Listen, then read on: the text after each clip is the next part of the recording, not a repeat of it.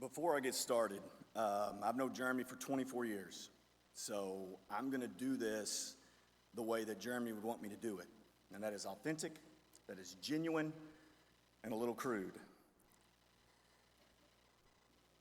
My name's Matt Nally. I want to tell you about a story. 28 years ago, I was 17, I was dating a girl, and I really liked her, and I wanted to introduce her to my family. So I go around and I introduce her to my mom and my dad and all my grandparents, and the last person that I hadn't introduced her to was to my brother Mike. So one afternoon, I drove my girlfriend, who's now my wife, Julie, to Tyler to visit my older brother Mike. And we go to this shady apartment complex, and I told Julie, I said, hey, you need to wait in the car, because if you know my brother, you would want your girlfriend to wait in the car too. I'll walk up to the door of the apartment, and as I'm knocking on the door opens on its own. I look in, and there's a staircase right in front of you, and to the left, there's a couch. And on that couch is a man sound asleep, face down in his underwear. I thought to myself, dude, this is the wrong place. I got to get out of here. I shut the door. I take 2 or 3, 4 steps until the door behind me opens back up.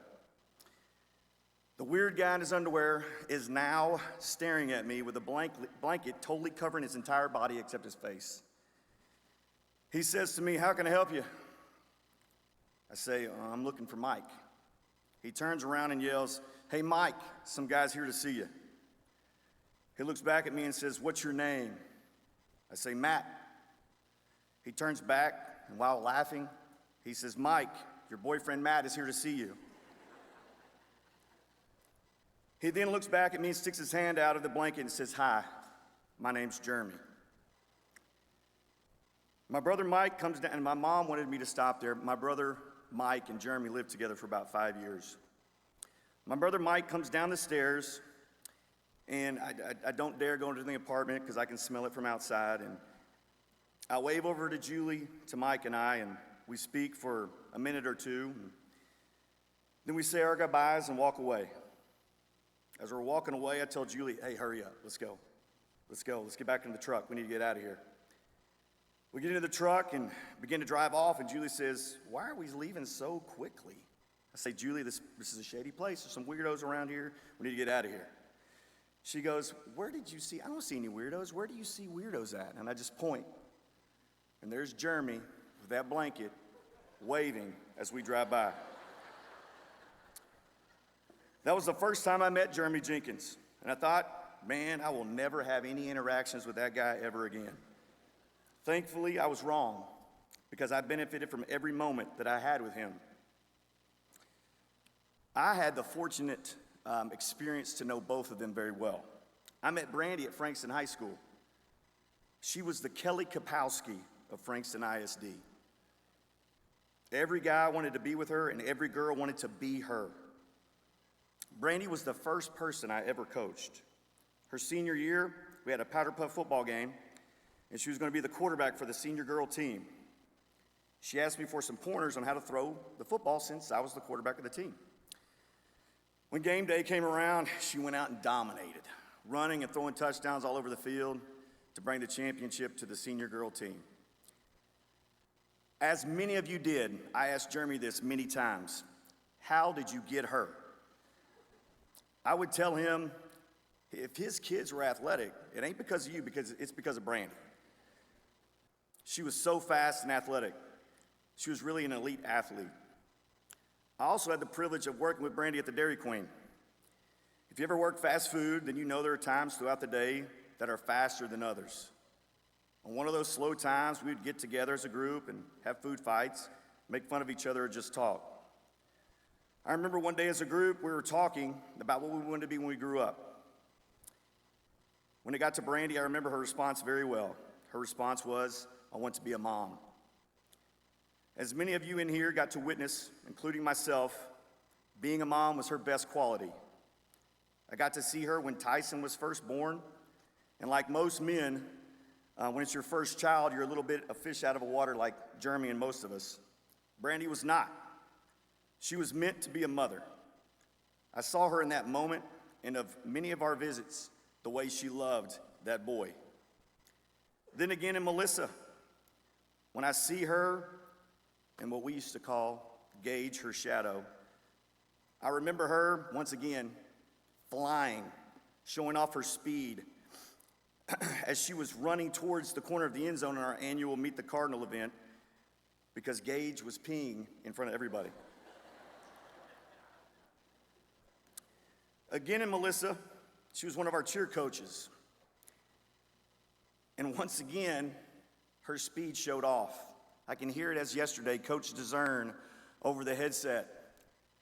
Does anyone see that? This is during a varsity football game.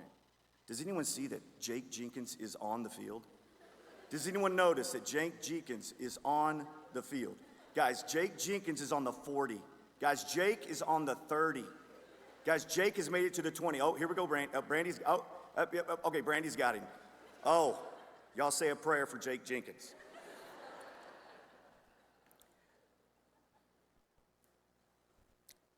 She was an unbelievable mother.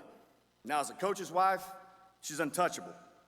I used to tell Jeremy all the time, dude, you're like LeBron. Just pick a team and stay.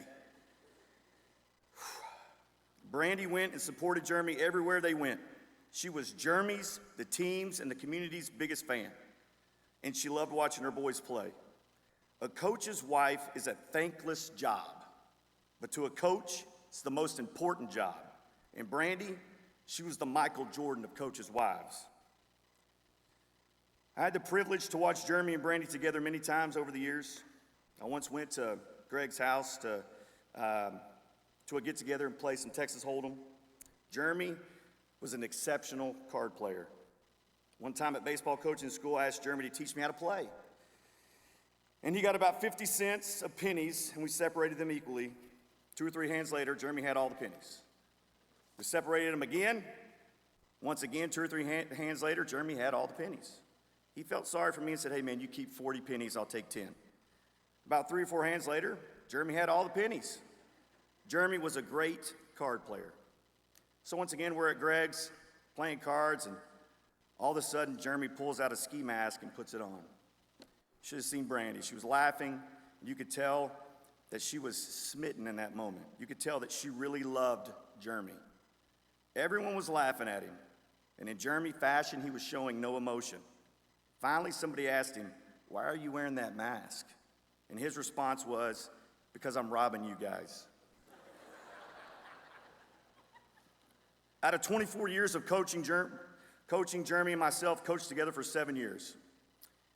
In those 7 years, I learned so much about dealing with people with fairness, holding people accountable, especially yourself, and allowing yourself to love all the people around you.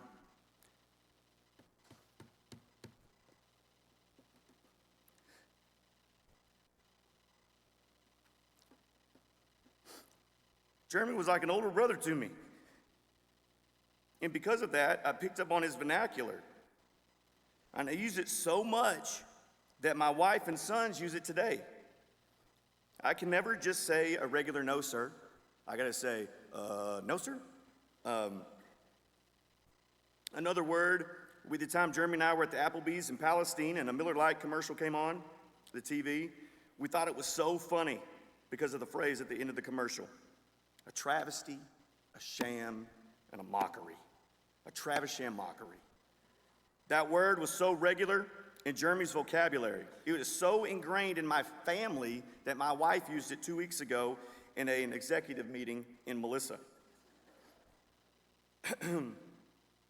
But the phrase that the players and coaches from Cayuga, Frankston, and Melissa, and I'm sure at East Barnard, heard so well, a word that I use almost daily. I said it to my wife this morning, actually. A word that players at Melissa don't want to hear, and a word that coaches around the state use because of Jeremy Jenkins. A word that my boys and I use regularly and proudly. A word that I had to ask for the definition a couple times from Jeremy to truly understand it and appreciate it. That word, booty lock. But Out of those 24 years, I learned more and heard more about Jesus from the Jenkins than any other people in my life outside my family. They invited me multiple times to pray with them and or read the gospel with them. I spent many hours discussing Jesus with the Jenkins. Both of them were raised right, and both of them knew Jesus. I can say that I'm not where I am professionally, and I'm not the human being I am today without knowing the Jenkins. Both of them helped me grow as a person in a positive way and truly taught me the word love. Brandy's unique and beautiful laugh and Jeremy's crooked smile will always bring joy to my life.